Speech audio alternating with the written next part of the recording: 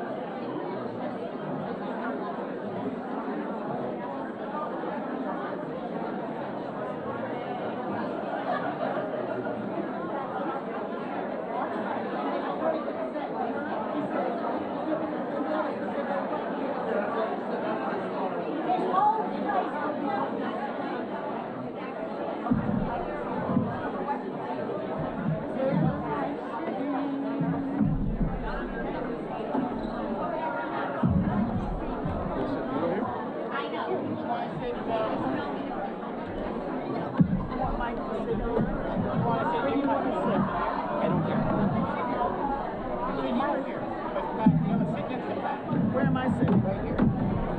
Nice.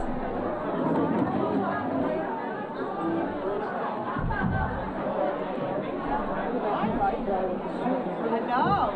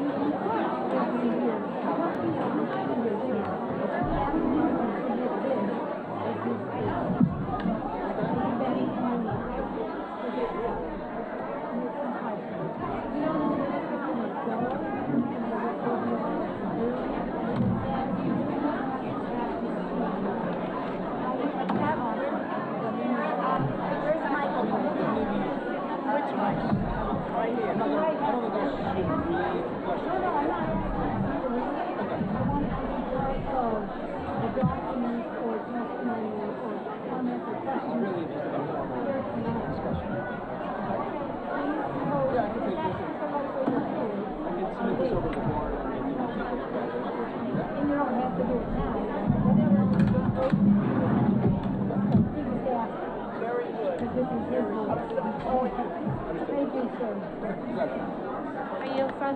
Hi, honey. Are you comfortable there? Yeah, this works. Okay. You want me on the end? I don't care. No way. I want you to be comfortable. I don't know where Peter is. Yeah, put the phone on silent. I was just doing that too.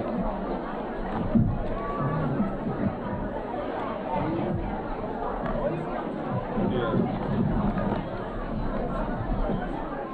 Probably tell them to mute their phones too.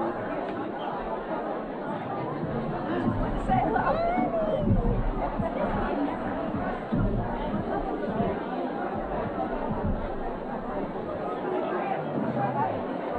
He just wants to.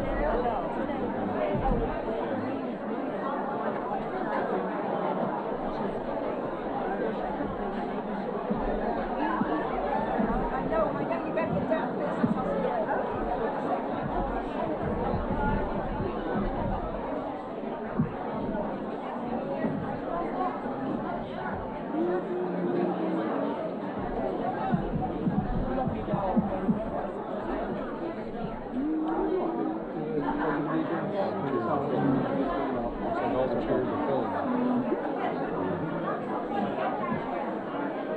Is Peter coming? Yeah.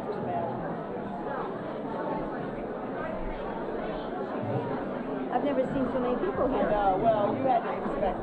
Yeah, I did. They're probably going to be here till 9 o'clock. So who's jumping out of the cake? That's all I want to know. Who's that?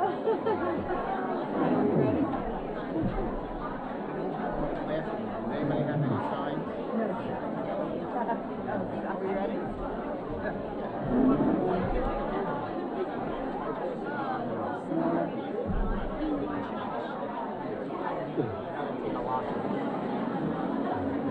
Good evening.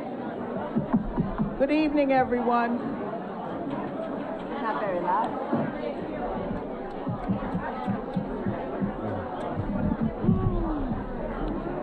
Turn it up. Right. Turn it up. Yeah. Marion. There you go. Good evening, everyone. There you go. There we go. Could we all please stand for the Pledge of Allegiance, followed by a moment of silence? I pledge allegiance to the flag of the United States of America and to the republic for which it stands, one nation, under God, indivisible, with liberty and justice for all.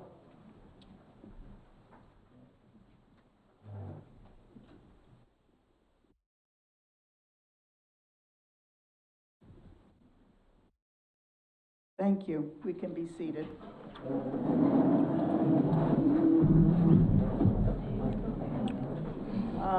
I will take this opportunity now to introduce our attorney, Mike Palulak. One more thing, everybody. Tony is not here. She is not feeling well right now, and David Valasenko had a hip replacement, and he is still in recovery.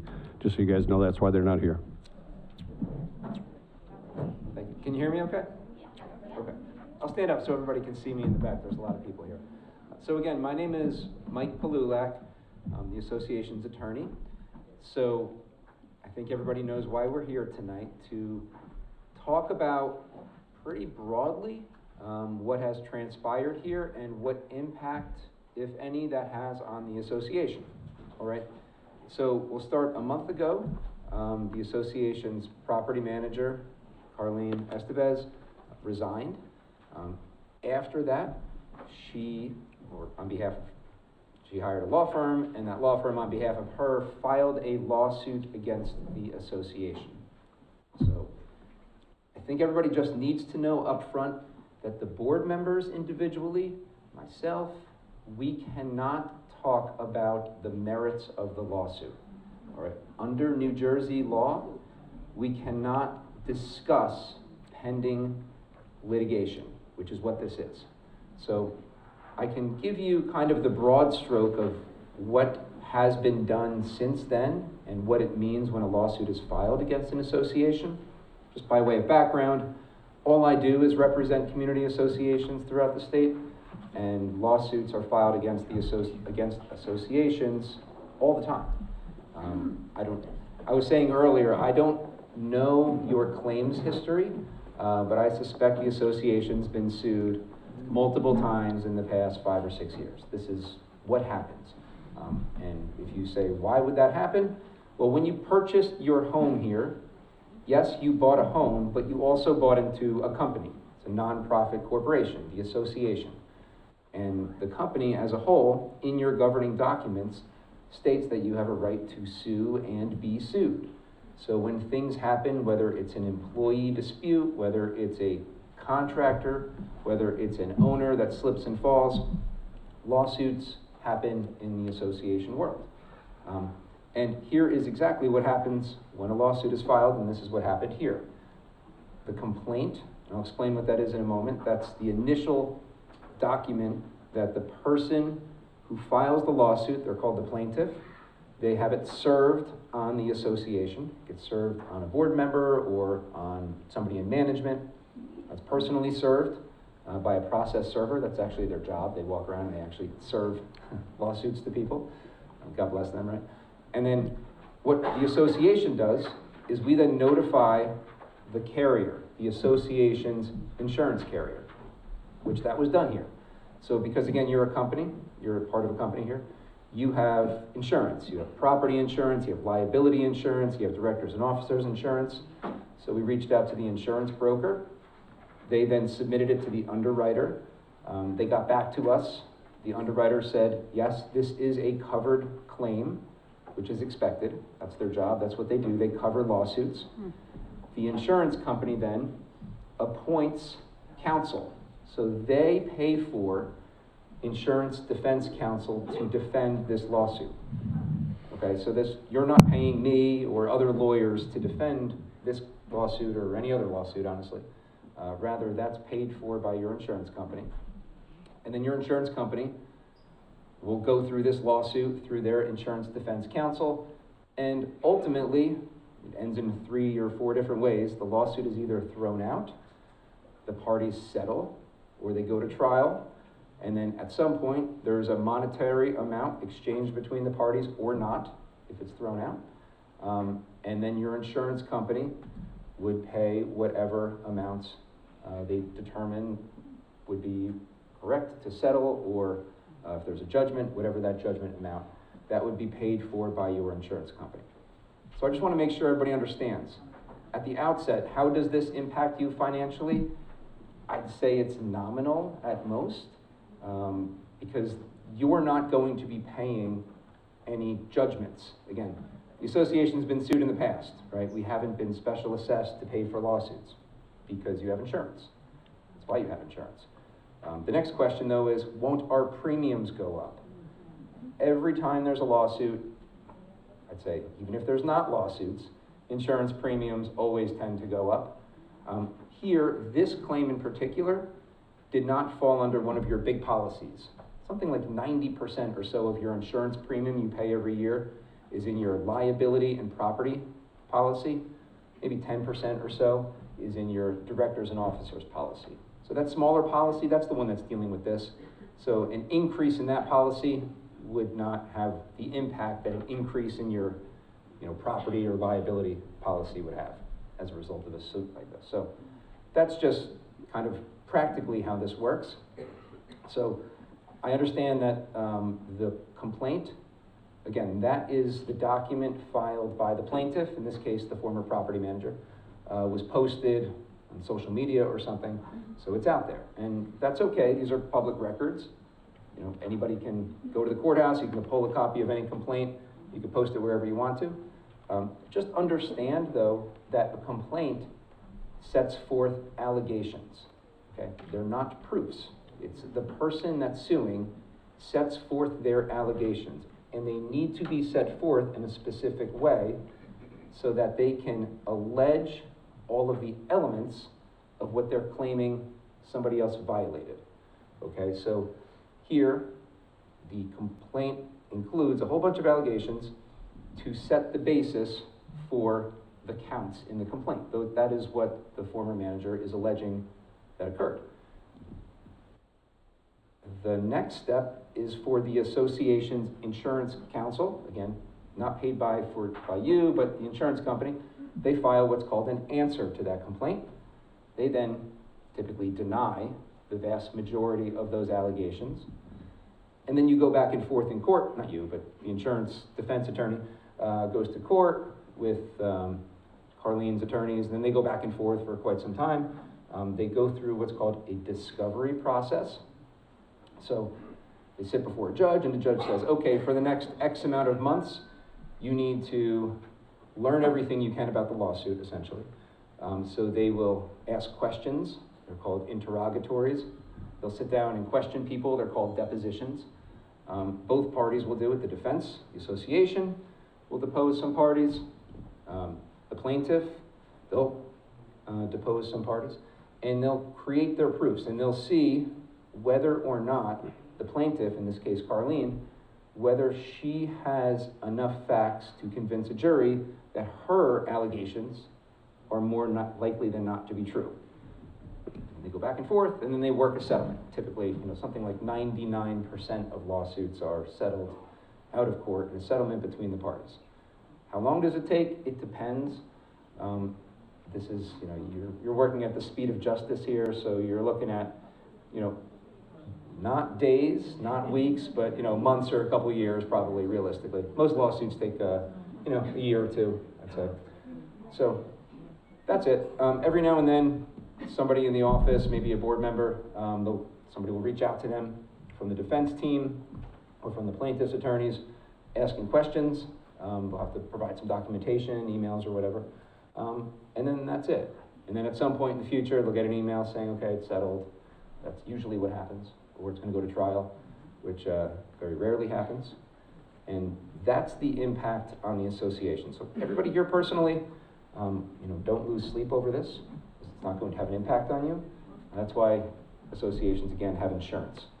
I do, again, want to point out that, you know, if there's concerns about transparency with the board, it's because I specifically told the board, you cannot talk about this.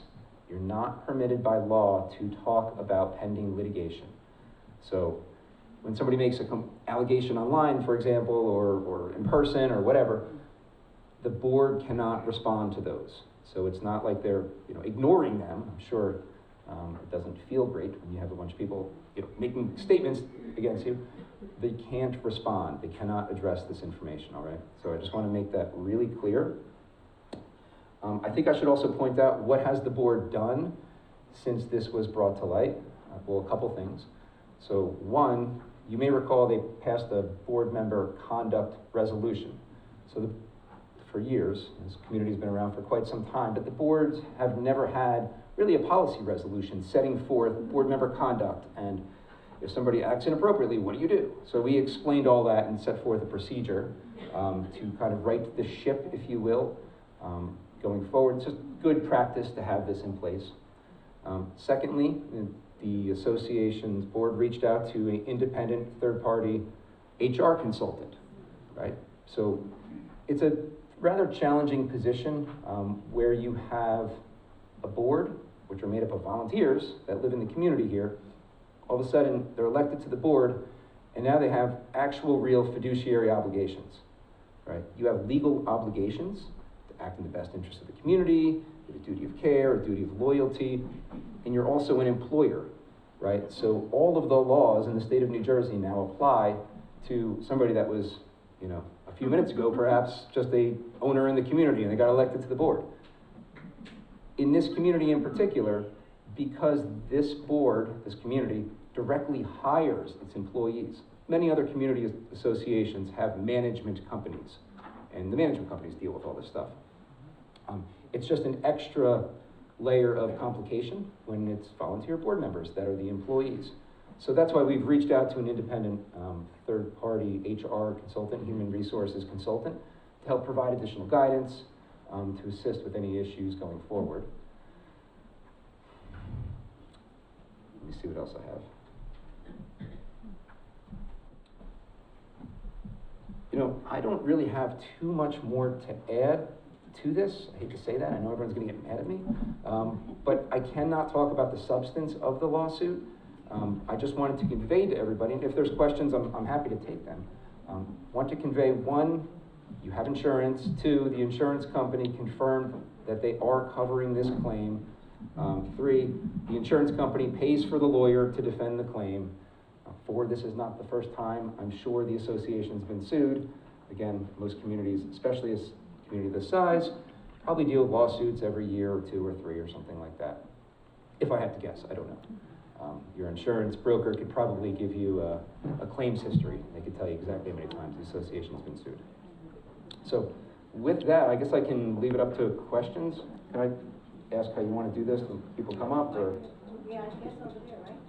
Yeah, Yeah, maybe if we want to come to the podium. Over the mic.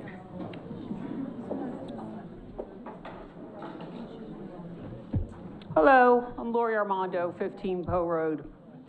I understand liability. I'm in the insurance business. How much professional liability insurance do we have?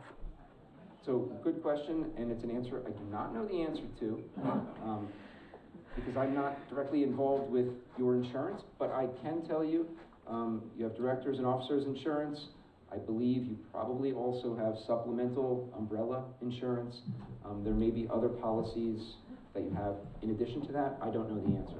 Okay, well, everyone's here. I'm sure everybody want to know how much coverage we have.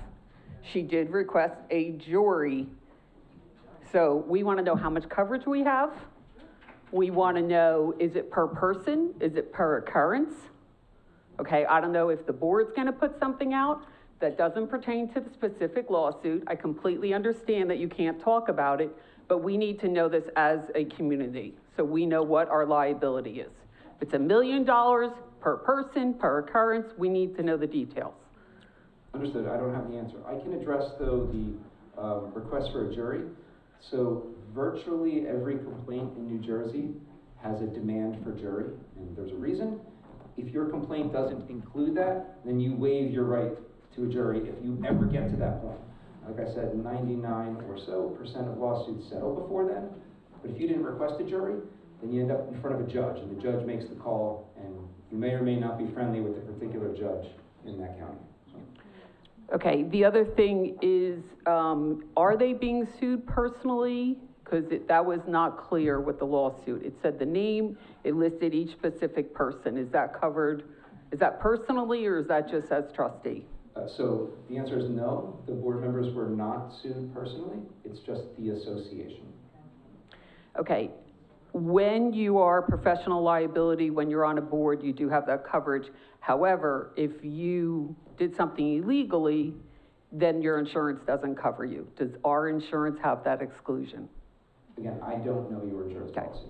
Can we find out those details? Because I think, again, everybody, this is our concern, is the amount we're being sued for and all that. And then finally, you said that you put a new precedence in as far as how to handle this situation. Can we know the details of that? I'm sorry, one more time? You said that there was new rules put in as far as when something like this happens, how the board's conduct. There's nothing in our rules right now? Sure, yeah. So, no, the board has never had a board member conduct policy resolution. So that was recently passed. It really sets forth fiduciary obligations, the do's and the don'ts of board members, so on and so forth. So the board passed that at the last meeting. It will be recorded in the county clerk's office. That's best practice for any kind of policy resolution. Once it's recorded, it should be made available for anybody to review. So we didn't talk about it as far as the community. It was just decided on by the board members who were accused of misconduct. So all resolutions are passed by the board. So your job as members in the community is to elect board members to make decisions on your behalf. One of those is to pass rules and regulations and resolutions. So yeah, this was passed by the board. Okay. I don't think that was a good idea, considering they're the ones that were accused of it. That's just me personally. I thought that this should have been brought to the community, since they're the ones accused of misconduct, but that's my personal opinion. Thank you. Okay, thank you.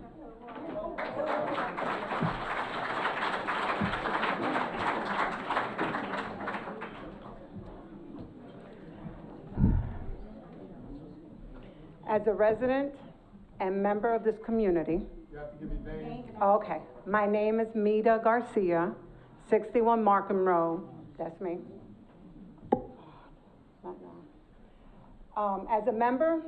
As a resident and a member of this community, I want to begin by acknowledging the seriousness of this recent lawsuit filing against the Greenbriar Association. The nature of this allegation, sexual harassment and violation of civil rights, has deeply shaken many of us who are value fairness, respect, and inclusion in our neighborhood. Okay, I'm shaken right now because this has really touched me. My questions, and I have two. I really have four, but I think you answered a lot of them, so thank you.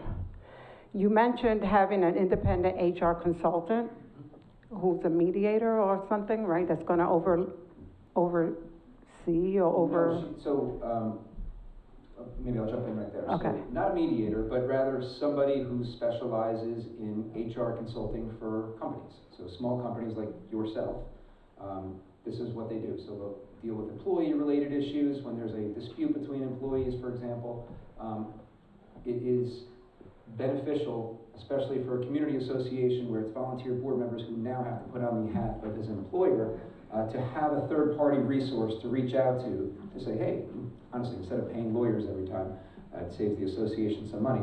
Hey, how would we best address this? This person has an issue. This person can then call the HR consultant and get that issue resolved. Okay, so when you say that they're gonna help out, like what's helping out? Are we training the board members and people who are working in the office? Because in my job, we take a training every year. And every year, I already know the answer to the questions because every year, and it's almost like a reminder because we're not back in 1960. We're like in 2025. I don't know why we're not taking these trainings when you're working in a place, even if it's volunteer.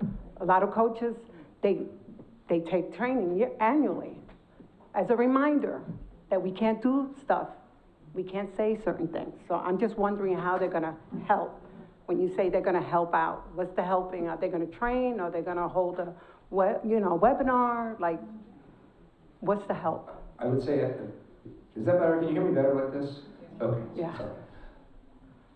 The board is taking the first step. The community's been run for 50 some odd years or so without any type of HR assistance, again, human resources assistance. And again, with a lot of communities, that's not a big deal because you have a property management company and they have their own in-house HR people. Being that you're just volunteer board members who reside in the community and now all of a sudden have to put on the hat of as an employer, I think it just benefits the entire community to have a resource that you can reach out to as a board member and as an employee. So step one is engaging, and then step two would be training both employees and board members. Oh, great, good to hear that. So I'm also asking whether board members that were named in the lawsuit plan to recuse themselves from decision-making while the case is pending to prevent conflicts of interest and maintain community trust.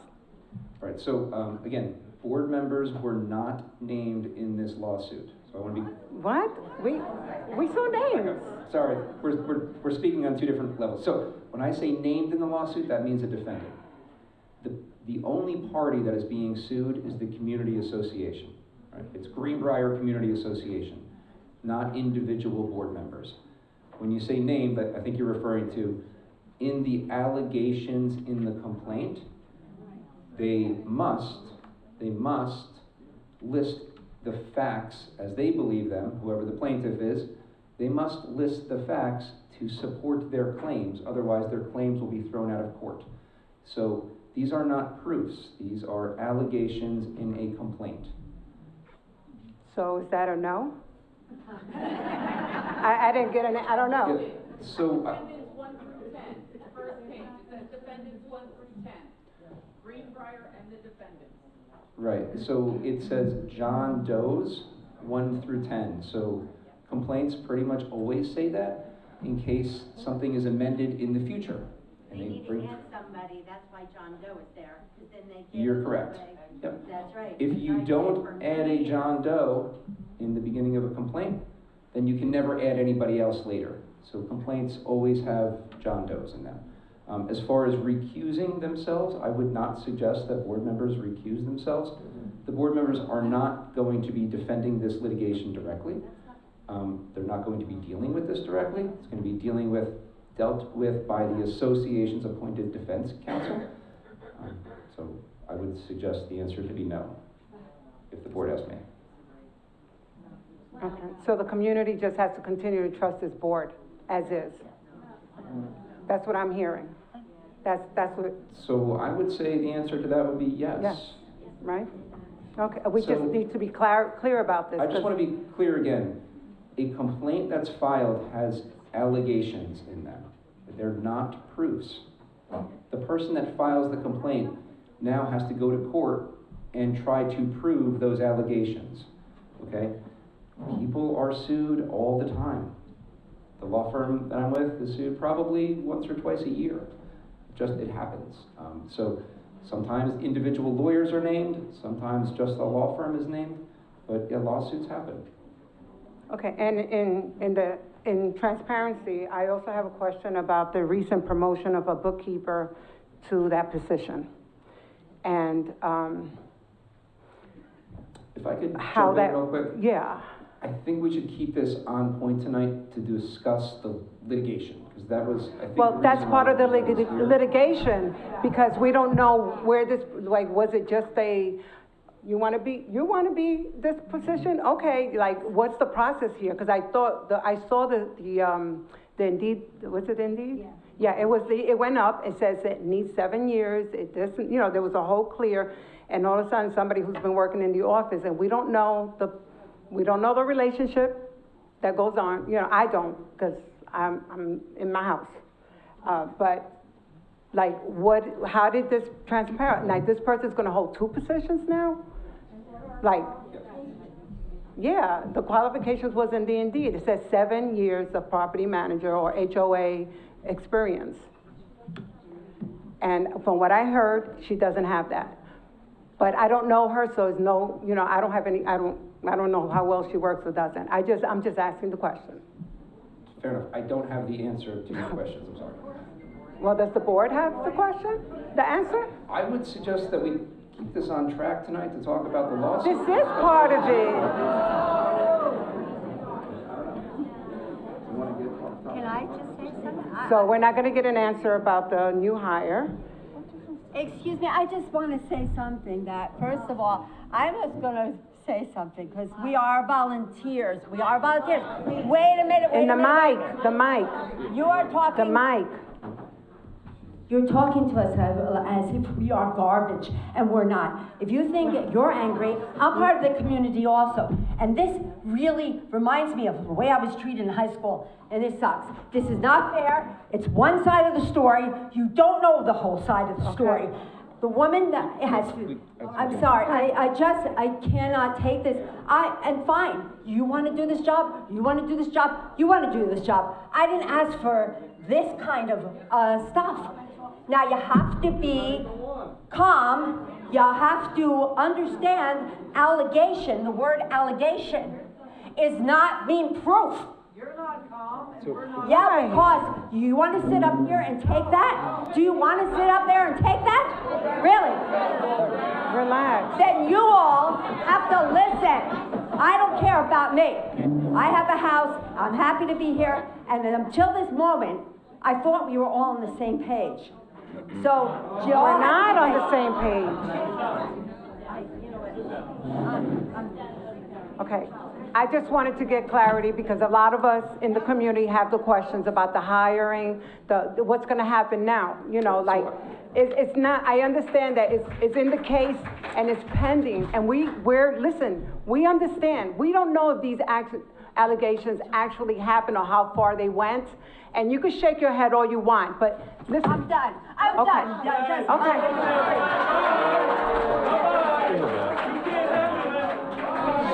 Guys, don't react to it. Don't react. Can I maybe make a? Yeah. All right.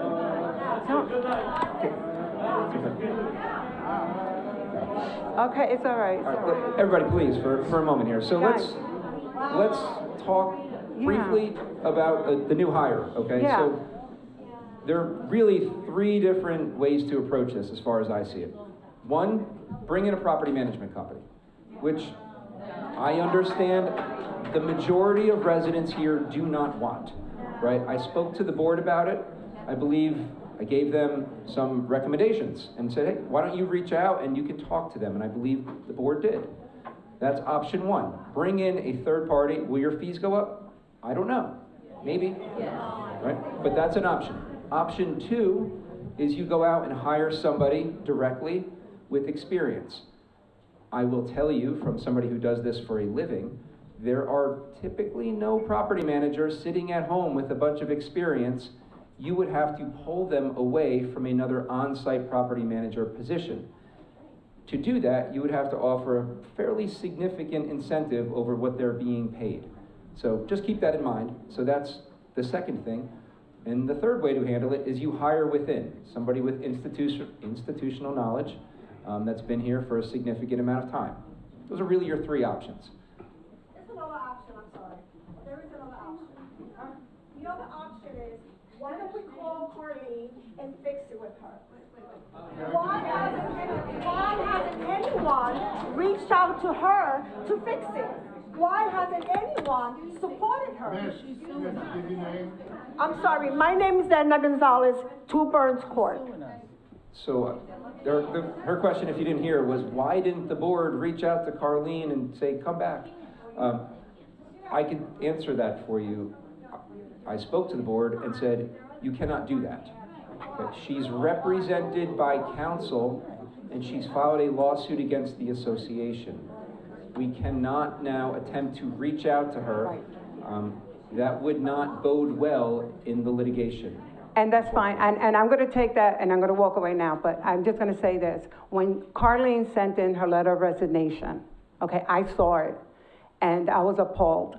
Because if I was sitting on the board, and I was part of that email, and I got that letter of resignation, I would have gotten together with the board and said, we need to talk about this. We need to be clear, and we need to pull Carlene in and apologize for any misunderstanding, where she picked that up, what made you think this, I'm so sorry, you're such a good worker, the community loves you, you give, and we, you know, this is a good community. I love living here, 5 years, I love it. This really shook me. So that's what I'm saying. Why didn't anybody reach out to her when they got the letter of resignation? It was so clear of how the wrongs that she was feeling. Like, why didn't anybody reach out to her? I don't understand that. Then she went to a lawyer. After she got nobody on the board reached out to her, then she went and got a lawyer. And I don't blame her. I will say, just to correct the record, so that's not how it transpired. So I just want to be clear on that. And the board asked me, should I reach out to her? I said, no, we can't. She was represented by counsel. So I'm just clarifying the record there. There's a reason why when the board asked me, I said, no, we should not reach out to her at this point.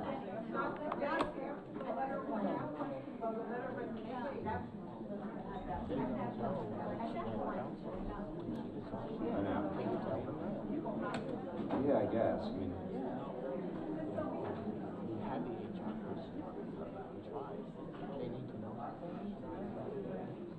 yeah, so just to clarify the time frame here, so just to maybe alleviate some of the concerns that were just brought up.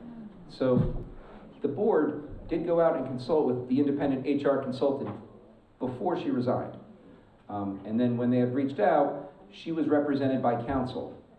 So the independent third-party consultant said, I can't talk to her, she's represented by counsel. Subsequently, she had resigned from her position. So just to clarify, that's why the board did not reach out immediately and say what you had said. Did you get notified? Did the lawyers get notified before she got notified? Did you know about it? Did you know about it? The question to me is, did I know about this Before she went to an attorney? before she had an attorney? So I'm going to be very careful with this. Honestly, there's a reason why, because somebody in here is recording what we're saying, and this is all going to come up in litigation discovery. So I just want to be very careful about what we talk about. The substance of this complaint and is not something I can talk about. It's not something the board can talk about. Now we're getting into the substance on this. So I just want to be clear about this. I'm not saying whether she reached out or she didn't reach out to me. I'm not saying anything because that is in her complaint. I'm just letting you know what the board has done. The board hired somebody to reach out to Carlene before the fact. Yeah. So. Hi, Mary Jo Albertus, 2 Constable Street. I just wanted to clarify. So they understand that, because they don't understand. But I'm sorry, go ahead. we finished? You want to finish? No, you can now. I just had to tell them to talk. Yeah, so maybe I'll make a quick comment. So Michael brought up a good point. So I suspect in the world today, people post things online all the time, and there's probably some stuff posted online about this. I would ask everybody in here to not do that anymore. There's a reason for this. Those online posts can end up in discovery in this litigation from residents in the community. It can be a claim of retaliation from residents in the community, questioning what she had done, for example.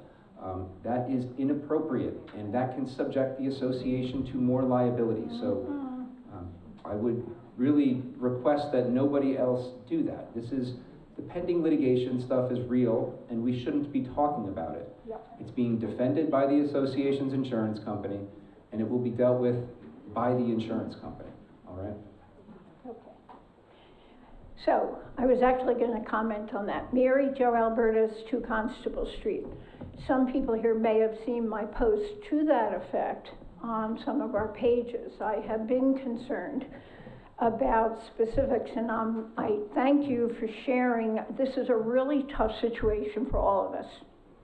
But thank you for sharing the degree to which detailed information that's posted can be used one way or the other in a lawsuit, which isn't fair to either side.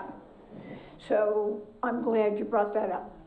The questions I had, and I think you're recording, you mentioned before, but I want to make sure that someone can get back to us, about the insurance. If someone were found to be guilty of, I know it's a civil case, but be guilty of something, it was found against them, does the insurance still pay under our coverage? Do you know? And if you don't, can someone let us know? Yeah, so that's what your insurance is for. So it's not guilty. Guilty's in criminal cases. This is liable. Right. If the association has liability here, that's what you have insurance for. Okay. And the association's insurance would cover that loss. Okay, and my second question was, and this is really more functional, I'm not sure, maybe we're going to have a board meeting to discuss that moving on. I understand that board members are elected, and even though there's a suit, that doesn't necessarily affect valid elections. You may know, however, that we're sort of in the midst of an election that's just about ready to come up. So I think there are 2 questions to that. We don't want to be rudderless. Our board members, as far as their leadership, I think, in other areas have done a wonderful job. The question, though, is how do we functionally move on? You mentioned other lawsuits, but this isn't like other lawsuits. This is a lawsuit that has all those elements in it.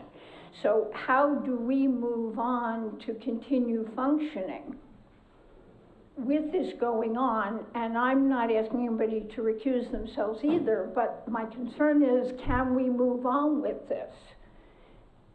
And is it better for us to consider new board members or not? Yeah. I'm asking for your opinion. Sure.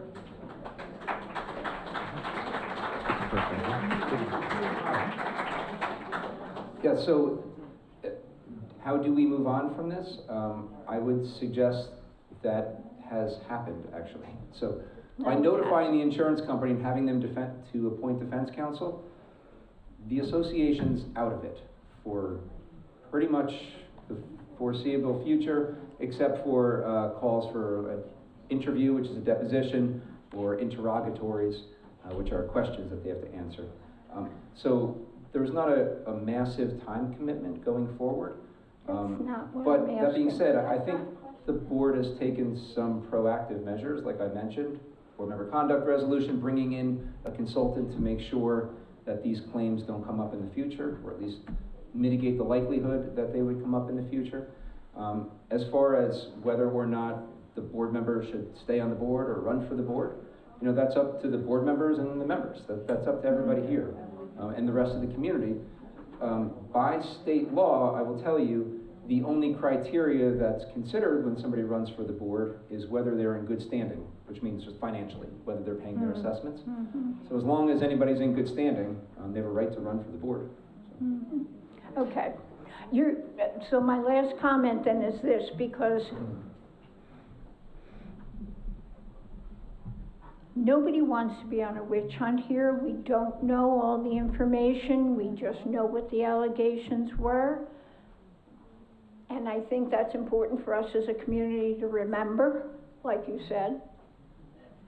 But having said, there's a matter of functionality and interaction. So, is the board, which can't discuss the legal at all, going to have a meeting after this, before the next trustee meeting, to discuss with us where we go, or are we gonna have a candidates night?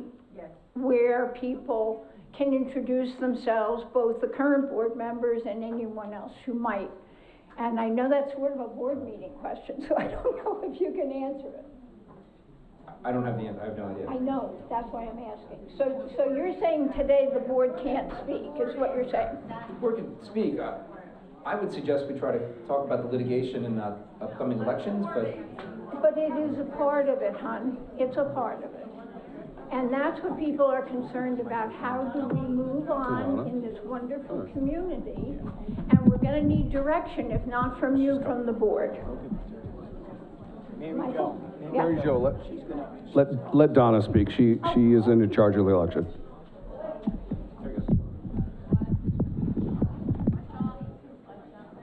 Donna Curtis, 72 Central. I didn't think being head of the election committee was going to be quite so much fun.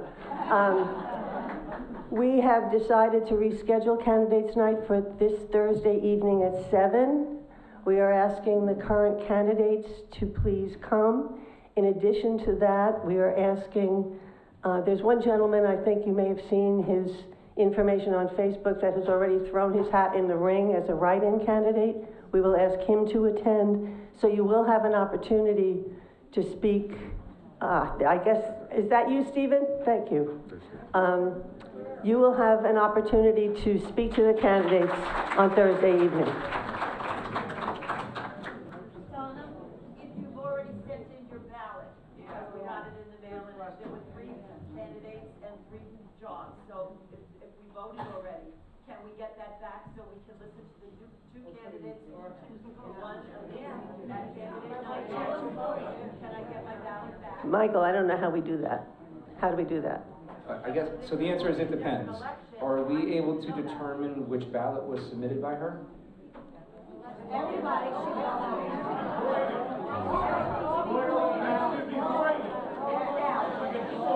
So everybody's, calm down, please. Please, everybody, relax for a moment.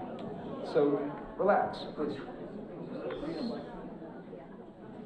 So should we do a do-over? If you ask me, the answer is no. The answer is no. Imagine if it was switched, right? The board that everybody hates did something great, whatever that may be. Are we going to now discard all the ballots because people don't? The answer is no. Elections are fluid. This is small town politics. You're a small town here. Things happen throughout the course of the election cycle. People like, people don't like. This is what it is. But I don't know. I don't know if there's a way, because I've not ever voted absentee, so I don't know if there's a way to determine whose ballots we have. I would say, so if there is a way to determine who submits a ballot, they should be able to. That says that they already voted absentee. If she goes in person, can she null and void her absentee ballot? The answer, you need, as long as they can confirm that the actual ballot that you submitted is yours. If it has a return address on it or something? You can't vote, no, you can't vote twice. Otherwise, people can vote 2, 3, 10 times. You can't have that. So it needs to be able to confirm that that was my ballot, it has my name on it, they're supposed to be anonymous, but if it's in an envelope with your name on it, you should be able to pull it out. No, I believe. Otherwise, if that's not the case, then the answer is no. If I'm not mistaken, there's a certification on if you put in an absentee ballot, it has to be validated. If you go in and vote in person, we have a list of all the people who are in good standing. Right. If you're voting absentee, we have to know who you are so we can make sure you're in good standing. So there's got to be a way. The ballot itself is supposed to be anonymous, but if you put it in an envelope, the envelope may have the person's name. And And if they're that's in a the case, then lockbox. it would be fine. If not, then you can't take it up. State law, we went through this last year, state law requires the name and address on the absentee ballot. It's then put in a second ballot, which is, that one is anonymous. However, the board has to take that name of the ballot that's mailed in and confirm that they are voting absentee. Because otherwise, I would mail in the vote and then show up and double vote. So Donna should know this, that basically, she has a list of everybody that has an absentee. So if you want to null and void your absentee ballot, they should allow you to go in person and say, void my absentee, I want to vote in person. You're welcome. It's on the outside. I mean, that's the way it is on a regular election. It's on the outside. You can see on the outside of the envelope it has the certification. That's the way it's supposed to be submitted. But it depends on how, I didn't look at all of it, how they did it. I don't know how you have it set up, so. Yeah, it is set up that way.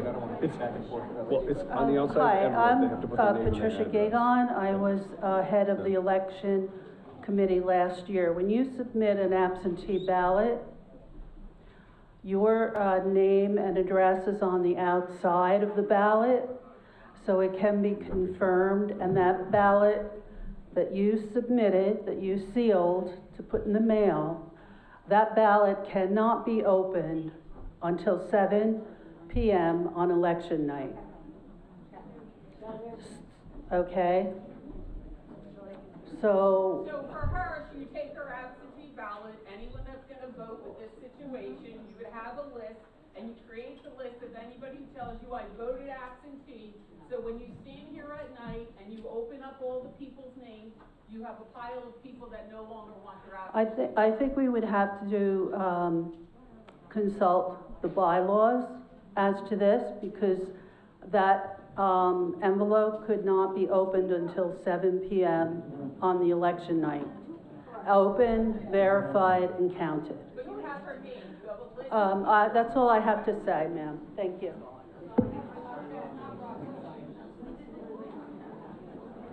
Hi, Debbie. Hi, I'm Debbie Erb, 2 Baser Court. No, Lane. I'm not a court, I'm a lane. I don't even know where I live. Yeah. So, oh, sorry. So I just wanted to say that it's going to be a repeat. I came up here because I want to tell you all the things that we are putting up. Now, I'm telling you this as a single homeowner that I don't want anything to happen. I'm telling you this is my interest. So please believe me, I'm not anybody's friend. Just take a word of advice from me, please. Please don't put it on Facebook, talk about it. If you want to talk about it, you can Google, go on the court, get the complaint, go home. You want to talk about it? You're more than welcome to come to my house, sit down, have coffee, on my patio, whatever you want, talk about it. Please do not put anything on social media. Because you know why? You're frying ourselves, not them, us. This is a nice place to live. Don't screw it for ourselves. It's the same thing. I'm sorry guys, but I have asked until I am blue in the face, please stop having alcohol at our parties. You can have alcohol. You want to drink, you bring your drink, you serve yourself, and it's all good. I'm at home, not at that party, okay? And now you're drinking the drinks that we have, and I don't want to hear the shit about the rider. Make sure we keep I that. worked at a law firm, and you can blow through that rider like slicing a tomato. I'm sorry. So I'm just asking again, please, we do things in this community that can hurt us, and I'm just asking, when I'm asking for things like that, it's for all of us. Please don't do social media. Please don't. Don't. And I'm sorry, but it is true, because I worked at a law firm for many years. If our board resigns right now, that's also hurting us. It's hurting us. If you guys just want to say, listen, you know what? I'm not gonna run again, I did my time, it causes stress on me, whatever, that is a very nice way to say, I'm just not running again. But I'm gonna tell you, no more messing up and don't resign, because that will be bad on us too.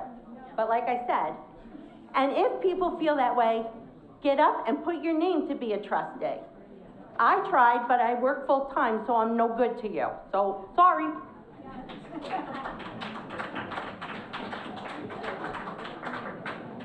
I just want to, Meta, 61 Markham Lane, Markham Road. Sorry, I forgot where I live too. The independent HR, are we going to get the information, like who they are, what company, so forth, stuff like that? Do we know? Is it, like, who is it? What are they? Yeah, good question. Independent HR consultant. I don't know the answer to if it's appropriate. So there's two things, there's actually four things the board is not supposed to talk about. One is pending litigation. Two is employer-employee related issues. So the independent HR consultant, where does that fit into that? I have to get back to the board on that, whether or not we publicize who this person is. I don't know the answer. Okay, the reason I'm asking, because it's also like, where are we getting the money to pay for this organization or company or person? Does the person live in the community, or are they outside? Those are questions we want to know. And how we want to know from that company, person, whoever they are, how are we going to move forward to get trained so that all the employees in the office and all the board members are well aware of what is proper and what is not proper, because apparently some people just don't know. We don't want to get into the substance, but right. Understood. Yeah, so valid points. I don't know the answer whether or not and to somebody else's point here, yes, it comes from the association's fund, so generally speaking, you get to see where every dollar is spent. The exceptions, again, being employees. So you can see like the total amount that's paid, but you shouldn't see the individual salaries of individual employees. You shouldn't see their personnel files, all that stuff. So are these things that maybe in the next board meeting, the board can come with answers, like who the HR, how you're going to handle this? Yeah, I'll touch base with the board between now and then, for sure. Okay. And also, I'm sorry, one more thing. Like, are we going to have one person do two people's jobs? Is that the whole idea? So those are things that maybe in the next board meeting we can hear how that's going to handle, because I know one of those jobs is already full. Like, I can imagine doing a two-person job full-time. I work full-time, I couldn't do it twice.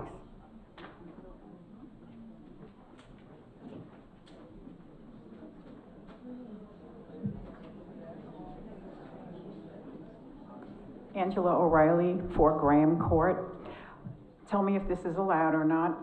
Can you just go over the timeline from the inception of the allegations to where we are today?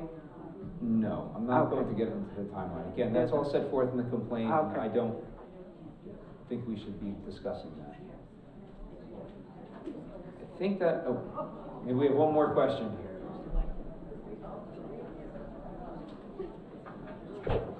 Rita Salvaggio, 5 Higgins Court. My question, we know what happened. Everybody's out on Facebook. I don't have Facebook, and I know what happened, so it's out there, it's out there. So all I'm saying is, I'm not judging anybody, but if the allegations... We don't want to talk about the allegations and the substance of the complaint, Wait. Right? If the allegations, we all know what they were, okay? We can't change them as they are. That's how they were listed. That's what we understand happened, okay? But the fact that we have a board, and you made new rules up, correct? Right? For conduct, is that correct? They made up new rules for conduct, right? I would like to please have that printed in the newsletter, only because this way everybody will know what's going on. Not everybody has a computer. Sure, so the resolutions of the board we made available. So whenever the board passes a new rule, for example, it should be made available once it's recorded. So it was I just received the copy today, signed and notarized. Need to get it recorded in the county clerk's office. Once it's recorded, it's publicly available. and it can be made available to Clubhouse, or I don't know how you make your documents available. Well, that's here. what I'm saying. We have a Greenbriar Times that goes out to everybody, so if they could have it printed in the Greenbriar Times, that would be good. The other issue... Yeah, that's up to the board. It's a lot of pages for the Greenbriar Times. Well, whatever you want. but the other thing is, now, there is a gentleman that's gonna come up as, you know, a last, thank you. Thank you. But anyway, how is it fair to him when we have 3 openings and 3 people can just walk onto the board that were there before? I'm not saying good job, bad job, I'm just saying. That's not true.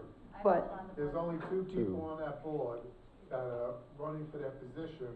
The other is gonna be an open position, I believe, of Pat leaving. I'm leaving. Or whoever's leaving. But I thought there were three There's names. 3 names up there, and the woman that's running, this woman. Hi, woman. Is running for the open position. She is not currently on the board. There's only 2 members currently. Okay, I stand corrected, thank you very much. But my question is, with all this, 2 people are gonna be able to walk back on the board, is that correct? Is that my? No, so. Not unless they're No. voted in. Okay, They have to be voted in. so, go back to Steve. Okay, so all these votes have been put in already, and nobody knew that Steve was gonna run. How is that fair to Steve? So I'll let you know, maybe I'll give you some background on this. So the association is following the guidance from the state. So the New Jersey Department of Community Affairs has regulations, basically laws, that all community associations in the state need to follow. So the first notice that goes out is called a call for candidates.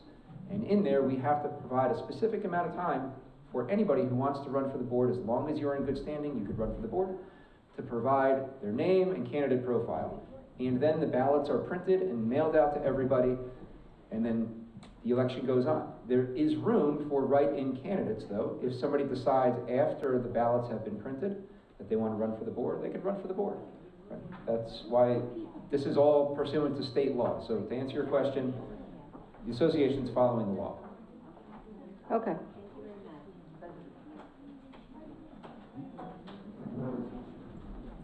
Real quickly, Janet Bunchman, 22 Lamb Road. Not about the suit.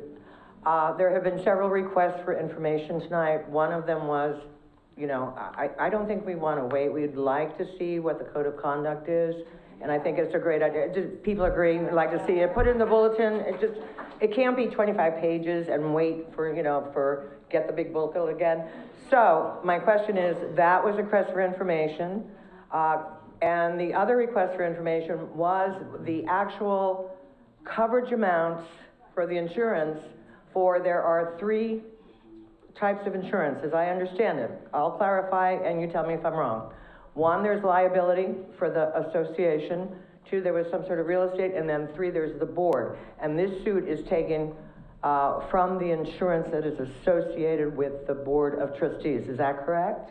Generally speaking, yes, and then on top of that, you have umbrella policies. And umbrella, yeah, we understand umbrella. By the way, okay. There may be a bunch of other different insurance policies. So, I do not know what we have here. Okay, so you don't know, that's fine. But I'm sure some of the board members can actually do this, and I guess I'm going to request from Pat, because she's the secretary. Is that correct, Pat? No. You're not the secretary. Okay, Michael's the treasurer. You're the secretary. Okay, can we request from the secretary that we have that information published in the bulletin? Because people would like to know. And then I think it would settle issues, because there's maybe $1 million, maybe there's not. Maybe the board is only 500,000, that could be an issue. So those are the things that they would like to know. So all I'm asking is please be transparent and just publish this information, because people want to know, because, you know, they're not going to get it on the internet. We don't want it on the internet. Okay, thank you. I'll talk to the board about that. The only downside, well, one is I would run this by the association's insurance defense counsel to make sure that's not prejudicing the complaint at all. Are we not, as members of the community, allowed to know what our insurance is? You can see it all. The question is it something that we send out to the members and publish? So, by the way, all the associations, My husband's a books doctor, and records. and we know what his liability insurance was, okay? Understood, And- but Okay? this is a And different if his patients ask, we always used to tell them, okay? Not that they ever asked, but, okay, so why is that why don't you let us know if that's a problem and why? And then just, just Again, give us the I information. would, before we say yes to that, I don't foresee a problem. I'm just gonna make sure the Insurance Defense Council doesn't have an issue with sending it out to everybody. In the bulletin. Yeah, but as far as available for review, No, no, books not- and records are available for Not- review. No, Yes. insurance records with liability maximum, I understand. coverages amounts. The policies. Should be a policy that is, All of that should be made available for somebody to go to the office to review. Is it something that we blast out to the membership? I will touch base with Defense Council, make sure it wouldn't have an impact it's just, on the defense. I'm sorry, I don't mean to, what I was saying before, like, no social media, blah, blah, blah. Why don't we just have it that it can be, you can go to the office and get that information. Don't put it in writing, don't mail it out, don't put it on a robocall. Just, if you need to know, which we wanna know, we can go to the office and see it. The How about policy that? should be made available at the office. How about that? Let's make it Is a that point. okay? Yes, all that at the office. I have the bylaws here with me.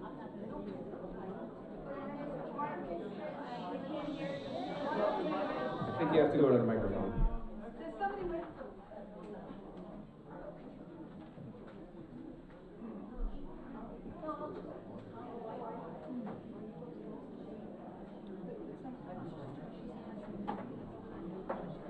Hi, I'm Linda Cassell. I have the bylaws with me. If you will look at section 6, under miscellaneous, there is a paragraph on page 20 that reads, "The association shall provide an insurance policy in the amount of not more than $5 million for the indemnification."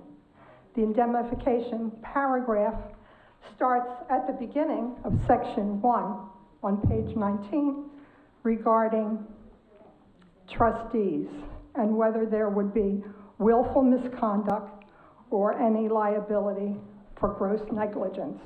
That's not what we are here to discuss. I'm here to tell you that we should have a policy up to $5 million. We have 4 members on the board here, and you are here representing us. I find it very interesting that no one knows the amount of insurance that we have on Greenbriar. So I'm hoping, I don't have your insurance policies. okay, well, I'm hoping that we will get the answer to that. The other thing that I want to Again, they're address. available if somebody wants to review them. Okay. Well, somebody should know off the top of their head the amount. The second thing I want to address is the election. Several years ago, I had a job of being the head of the election committee. It was a lot of controversy. I have since then spoke with Ralph Katafi and Lori. We had a little confrontation. We had an entire meeting after that election because of what went on. And when we were counting the votes, there was a specific way to tell who was voting absentee or who was voting in person. There is a way for you to tell that the people who are voting absentee, according to the instructions, you have to put your ballot in a plain envelope inside a second envelope with your address and the certification on the top. When we counted the votes, all of the envelopes that were in there as absentee ballots were checked off the list of the entire group of people that live here that were qualified to vote. If you had voted absentee, we put an A for absentee next to your name, as that was done periodically during the day. If you were there to vote in person, we would put a check mark. there was actually one person who voted absentee and came to try to vote again in person. But my committee caught it. So there are checks and balances when there is an election. So I don't know how Donna wants to run that. If you've voted already, and now that we have this controversy, there should be a way, if you did it properly, that you could possibly pull your absentee ballot and do a write-in or come in person. This would probably be making people feel that because of the circumstances, they want to change their mind. After you see the candidates night, you may or may not want to change your mind. But I feel that people should be given the option for that. But that is for the election committee this year that's being run by one of our former presidents, who has my full faith and confidence because she's always done the right thing. So that's what I wanted to tell you. Thank you.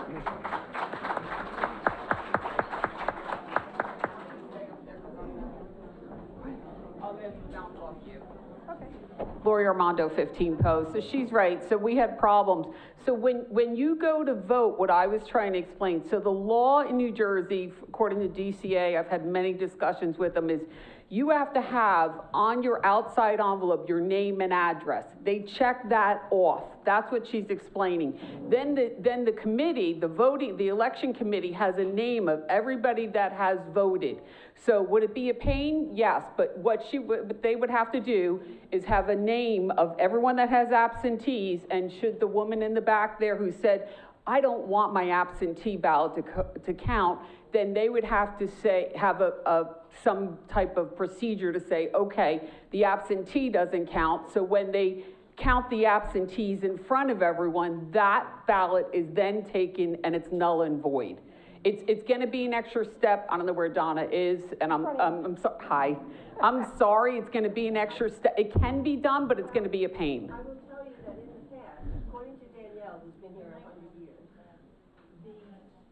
the absentee ballots were certified, not open, just certified. Correct. Prior to the counting. Since the name and address is on the envelope, we should be able to alphabetize them. Correct. And then if somebody comes in and says, I don't want my absentee to count, my name is John Doe. Okay, can everyone hear Donna? Okay, so basically what she's saying is on the absentee ballot, you have your name and address. Inside of that is the anonymous ballot, okay? They're going to take the absentees and list it alphabetically, so when you go to vote in person, maybe you have a separate form to say, I want to void my mail-in ballot. So then what they're going to do is at the end of the day, before they can count the absentee ballots, they will have a list of 10 or 20 people who said, void my absentee ballots. They remove those from the absentee ballots. They get discarded. And then if you ever watch an election, what happens then is you have a whole box. They open them and they don't know who that person voted for because there's an envelope inside of that. Right. That's okay with you, Donna? Okay. So again,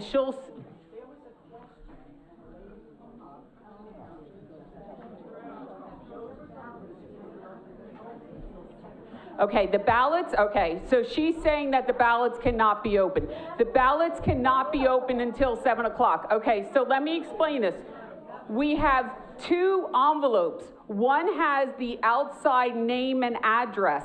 Inside that ballot is your anonymous ballot. They're going to take the ones with the name on the absentee. They're going to have a list. You're going to sign off and say, I don't want my absentee. Then the one with the outside name and address will be pulled out of the ballots, okay? It can be done. Donna, one last thing I just want to go through. As far as the insurance, here's your problem if we're going to just have everyone coming here. You have per occurrence, you per liability. The other thing is there an exclusion for willful misconduct? That means that person is on the hook.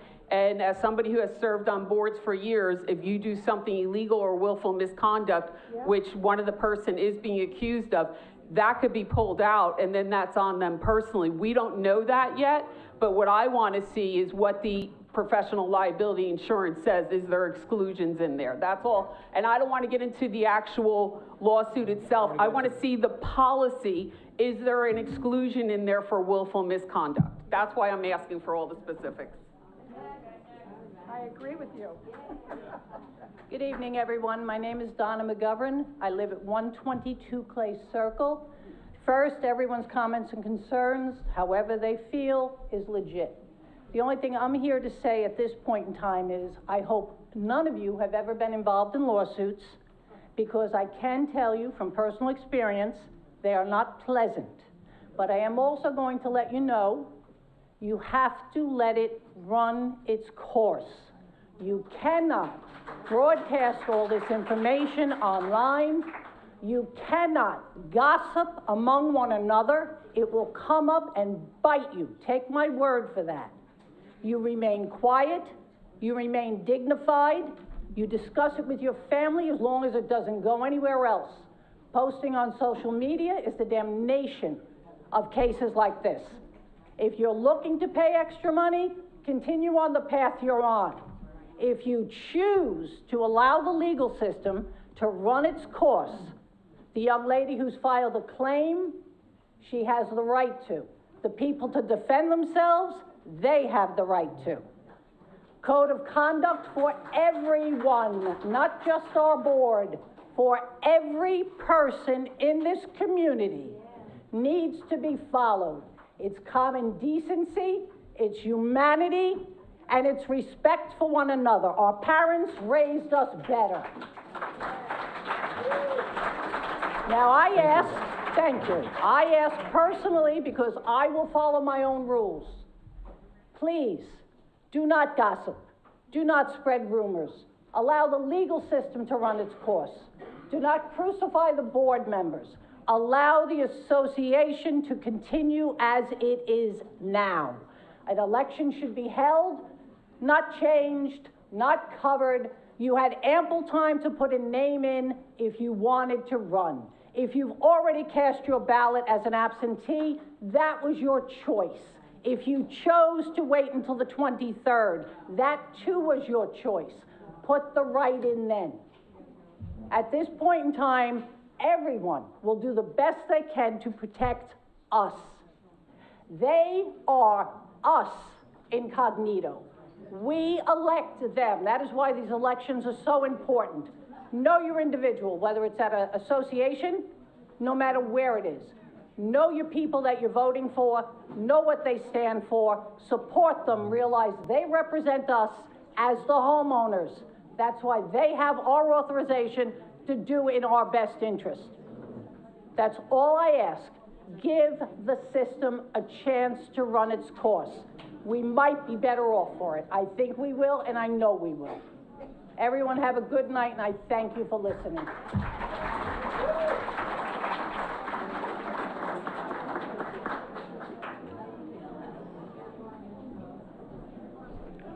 Hi, Barbara Savino, 36 Central Boulevard.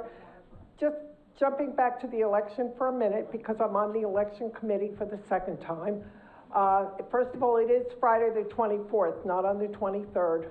I am asking you all to please, if you get your ballots, follow the instructions. I can't tell you last year how many ballots were destroyed because the instructions were not followed. And people just did their own thing. And it's a shame because you cast your ballot, but it was never counted. Thank you. Thank you. I think this might be our last question. Okay, hi, thank you. Ann Clark, and I live on 3 Masters Road. We've been here about 3 years, and we're glad to be here. I am concerned now, and it's hard to have heard some of the stuff tonight.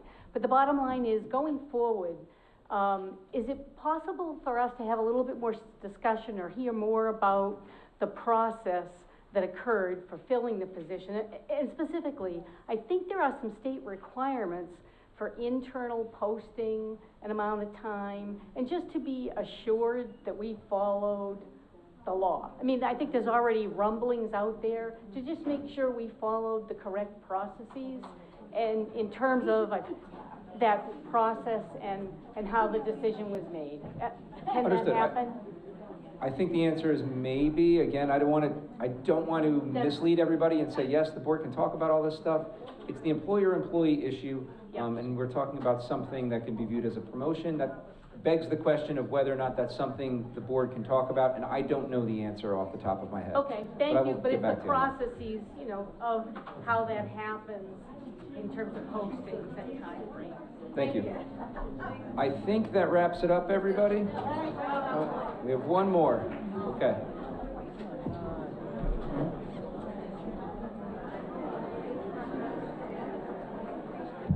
Kathy Gilligan, 15 Masters Road. Correct me if I'm wrong, but a couple of years ago, there was an election, and for some reason, second ballots were sent out. I hear people saying they remember this, and it did cost us a fee for the mailing and everything else, but a second ballot was sent out for us to vote. So we can do it here and print everybody who we know is running and the write-ins. We don't know who the write-ins are. We know that there's one. Write-in is a write-in. Okay, but my point is, we have So already done this. Can I jump in for a moment? Yes. So in the past, things may have happened. Subsequent to that, though, there have been regulations from the state that we need to adhere to. All right, so the regulations are what the association is currently adhering to in this election process. It would not be in the association's best interest to violate the state regulations and laws to resend out different ballots. I would not suggest that. I just making my point that it was done. Understood, yeah. So has it changed in like 5 years? Yes. Okay. In 2020, in fact, yes. Okay. They're saying last year. People are saying last year.